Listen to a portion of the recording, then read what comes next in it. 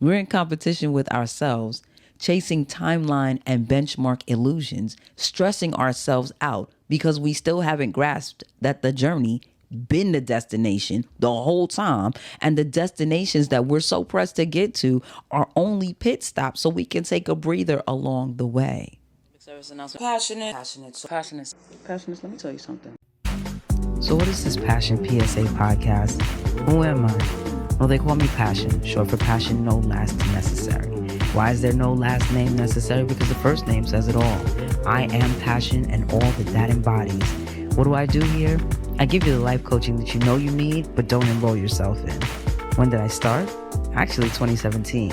I'd leave a PSA on my Instagram regarding something I'd observed, and now we've evolved to this. Why do I do it? Why not? If even one person is able to take away one thing that changes their life, someone else's life, or changes the world for the better, then I've done what I was charged to do. So come on in, sit and listen for a while. There's something here for everyone at the Passion PSA podcast. Greetings and salutations, my beloved Passionates, newcomers, visitors, and guests. This is it, Passionates. We finally made it to the last episode of the season. Welcome to the season 3 finale of the Passion PSA podcast, where I, Passion No Last Necessary, your Get You Right guru, issue a weekly public service announcement about whatever I have observed or was on my mind. This is a for your consideration zone where the objective is to offer you a perspective you may not have previously considered to both A, expand your thinking, and B, aid you in becoming a better version of yourself, for yourself, and for others. This is a safe space, but not necessarily a delicate one. I will never rob you of your right to feel what you feel, the same way I will not sugarcoat the truth to make it more palatable. The goal is to get you to higher, more expanded thinking so you can operate as your highest and best self. Each week, prior to getting into the topic, we take about 60 seconds to make affirmations to intentionally raise the vibration to ensure that regardless of what we may discuss and how it may make you feel, that we have intentionally started on the highest possible vibration and correct frequency. You are always welcome to repeat after me or to use this time to state your own affirmations. I made it. I survived it. I'm still here. I'm still standing. I am a champion. I honor the progress I've made. I honor the progress I'm making. I honor my growth. I honor the space between no longer and not yet. I respect the wait. I respect the meantime and capitalize on the in-between time. Where I am is where I need to be to properly prepare for where I want to be. It already is. I receive it. Ashe, ashe, ashe. Season 3 complete, beloveds. All in all, I think it has been a great season. We covered a lot of good ground and we've covered a lot of good subject matter. So even though I went beyond how many episodes I said I was going to do, I'm still feeling good about what we have done. And I'm excited about next season. We have a lot more to do. In the interim, I hope that this season has been valuable for you. I hope that you've been able to walk away with a lot of good insight and that you've been able to actually apply some of it to your life. And if you have, definitely drop a megaphone in the comments, okay? And if you liked any of the episodes that you didn't actually thumbs up, I won't be offended if you double back and hit the thumbs up button. Likes, comments, and shares, they do count. But that's not what we came to talk about today. So recently I was talking to one of my friends and they were saying how they had an opportunity to catch up with someone that they hadn't spoken to for a while. And they were so excited to connect with them. But even in their excitement to reconnect, they were trying to figure out how to exit the conversation before the conversation took a turn. Now, keep in mind, nothing negative was actually said in the conversation. In fact, the conversation was all positive. Friends' concern was that in the catch-up process, there would be questions posed and answers rendered that would begin, end with, or contain still. Have you ever had that happen to you? You ever talk to someone and they're like, oh, so you still live in some place, or so you still working there, or oh, you still with that person? It wasn't until we were having this conversation that I considered how uncomfortable that question can be, especially when you're equally as uncomfortable that the situation is ongoing. When you're happy with the situation, still doesn't have negative implications, even if it's said, and you can sense that there's some type of condescension or negativity implied. You still live there, doesn't feel any way when your response is, yeah, and I'm not leaving anytime soon. I like it here. But if somebody says, so you still live there, and it's someplace you don't want to live, even if they said it in the most lighthearted way, it's a frustrating reminder that the last time you connected with this person, you lived in this place, and you might not have wanted to be there then. Now, all this time has elapsed, and for all your desire not to be there, you're still right where they left you. It can make you feel like life is passing you by, especially when you feel like others around you are making progressive moves. And so often, people are moving, but they're not necessarily making a whole lot of progress. This person was living here. They moved to there. They moved from there to someplace else. They moved from someplace else to Saint Elsewhere. Without knowing the full extent of the details, it can appear like this person is making all these moves and remind you of the stagnancy that you feel, when in actuality, there could be any number of reasons that this person is moving around like a nomad. They may not have been able to afford where they were living. They may not have been able to remain where they were living because they were renting, or they were subletting, or they were living with someone else who no longer welcomed them. They could have had to move because they lost their job, and the only job that they could find required for them to relocate. Still can make you feel like you've been too still, or like you haven't done enough. Still can make you hyper aware of how much you've done and how far you feel you haven't gotten. For some, still is just a way of confirming if things have changed, period. While for others, still is a way of them alluding to how much more they think you should have done, or how much more they would have thought that you would have accomplished based on whatever they've put together in their mind about your life. But even the closest people to you are still not living your life. They're not navigating your experiences. They're not built the same as you. They don't have the same thoughts as you. They don't necessarily have the same familial background as you. And I think we talked about that in season 2. One little difference can make all the difference in the world. So I considered all of this, and then I decided to look up still, and not so much for its definition, but for its etymology. The adverb form of still, which is the sense we're discussing here, originates in the 1530s, and it's the derivative, or it's a derivative rather, of the adjective form, which originates in the 1300s. So Old English, still, motionless, stable, fixed, stationary, from Proto-Germanic stilly. Y'all see this explanation right here?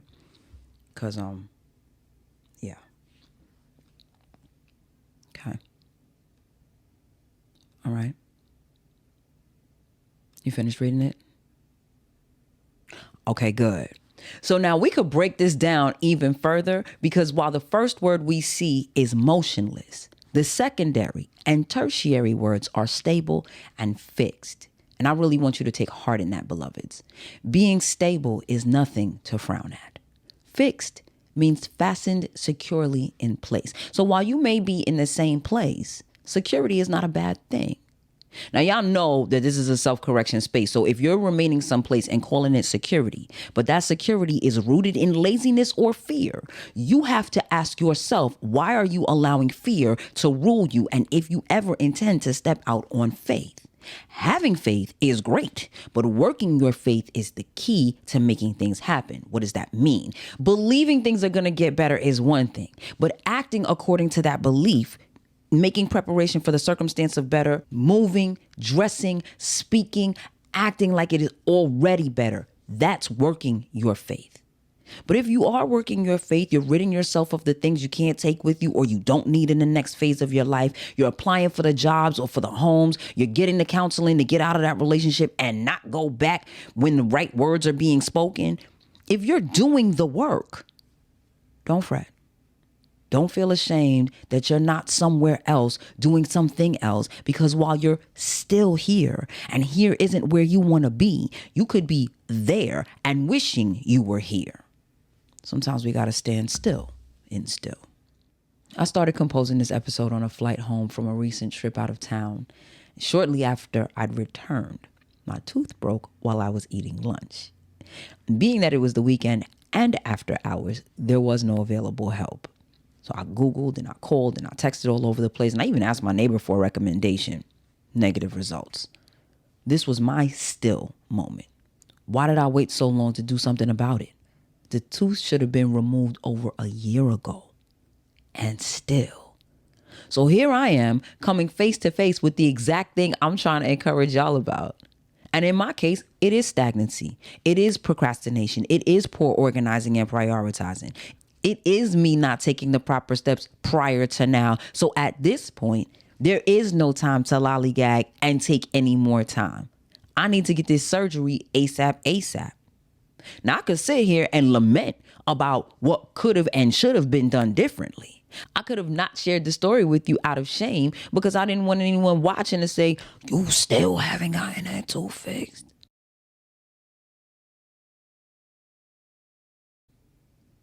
But that's not how we learn. So yes, while I still haven't resolved it from however long ago, I still have a chance to do something about it. I can sit still and continue to procrastinate, focusing on why I haven't acted, or I can still the jeering of the negative committee in my head and take advantage while I still have the advantage. Go set that appointment.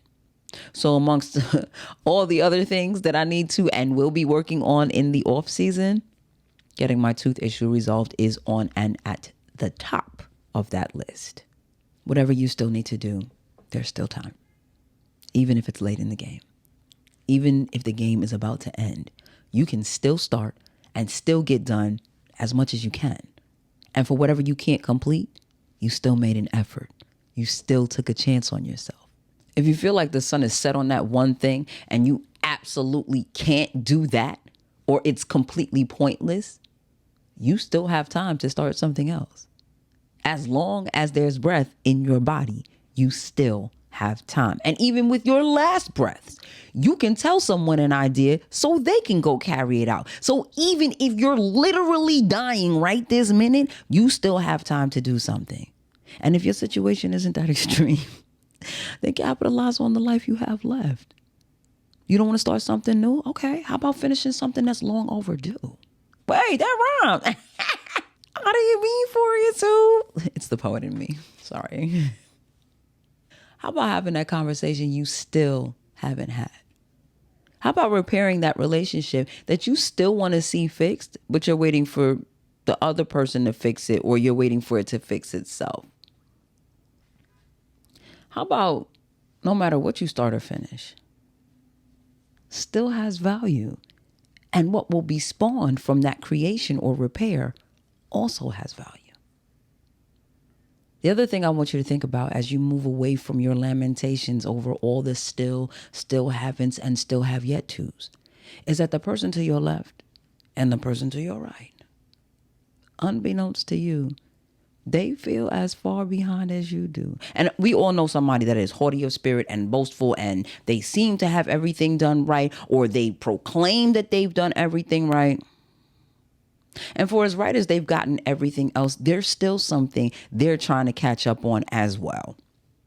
So often I feel like I'm so far behind, and I tell y'all that all the time. I feel like there's so much that I need to do. And even as I sit here thinking about it, I realize that for every place I do get caught up, and for everything I feel like I've gotten in order, that sigh of relief or that rest and reprieve is so short-lived, because there's always something else. There seems to be something that I've forgotten or overlooked. There's something that I sidelined that's now down to the wire. So I'm rushing and hurrying to get caught up, only to still not be caught up. We're in competition with ourselves, chasing timeline and benchmark illusions, stressing ourselves out because we still haven't grasped that the journey been the destination the whole time, and the destinations that we're so pressed to get to are only pit stops so we can take a breather along the way. Episode 3, I told y'all that the game is a game. And life is one of those games that for all the rules you're given, so often you're still ill-equipped to win, because what you need more than rules is patience to play the level over and over, and not because you're a poor player, but quite possibly because there are additional lessons for you to learn. Episode 11, we learned what it means to propitiate. Sometimes the most pleasing thing you can do for Source is be unapologetically you.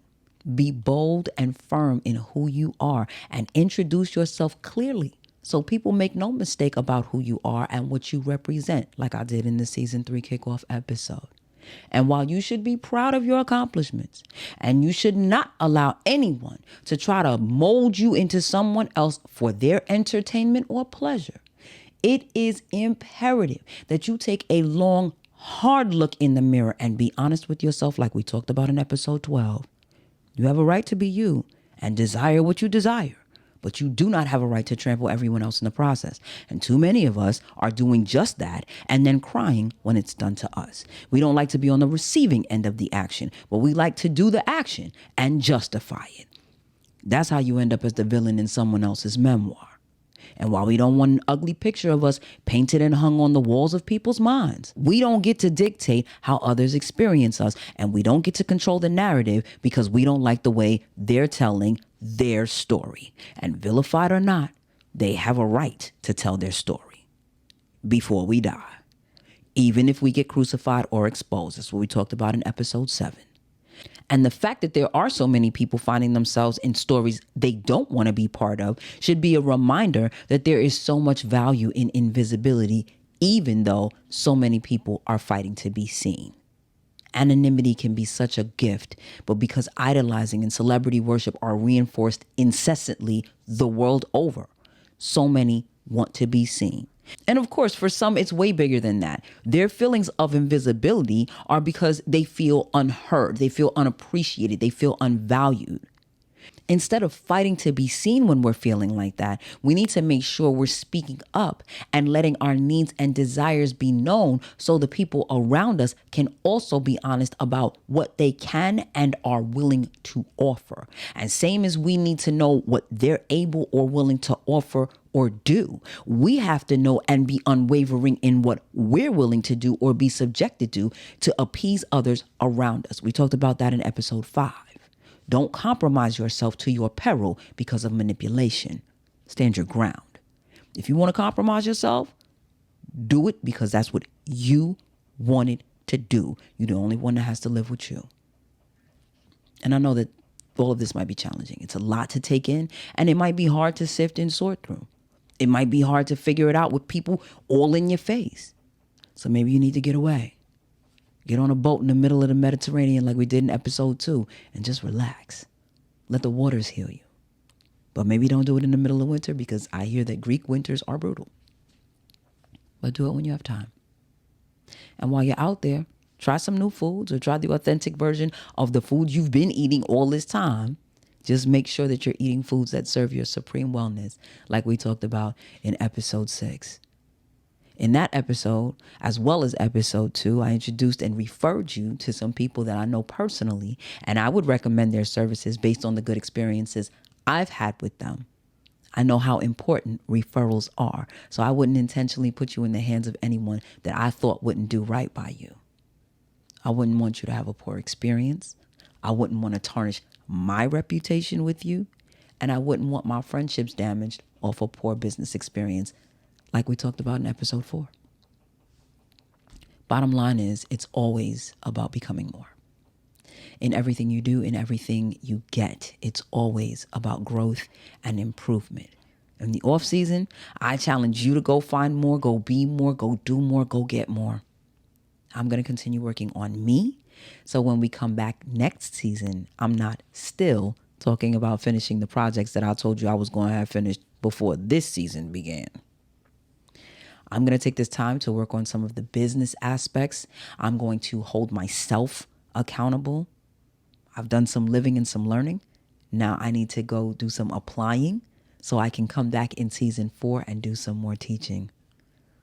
Passioners, it has been my pleasure and privilege to be welcomed into your homes and hearts this season. I am believing that You got much out of this season. I am believing that you are taking advantage of living in an era where you can watch again and again and again, and that you are doubling back and rewatching episodes so you can take freely of what I've already given freely. Thank you for rocking with me. Thank you for your donations. Thank you for every thumbs up, every comment, every share. Thank you for every subscriber recommendation. And thank you to every one of you that is subscribed and shows up faithfully or occasionally to hear a good word from your good sis. Donations are still welcomed in the off season.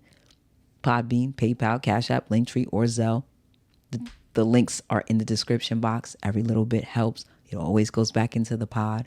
Comments, questions, concerns, commendations, compliments, or criticisms are appreciated in any season, and they will be read and responded to. Listener letters can still be sent to mybrilliantfriendpassion@gmail.com. Like, subscribe, turn your notifications on, share, and tell your friends to do the same. Help me help others help themselves. And with that, beloveds, your Get You Right Guru is signing off for this season. Y'all go forth, be great, be filled with bliss, be armed and empowered with knowledge. Remember that still isn't all bad. Still has a place. And while still being or still doing this may remind you of where you're not and what you don't have, as long as you're still making strides for better, it's still all good. I love you much, beloveds. Have a phenomenal holiday season. In all things, be passionate. See you later.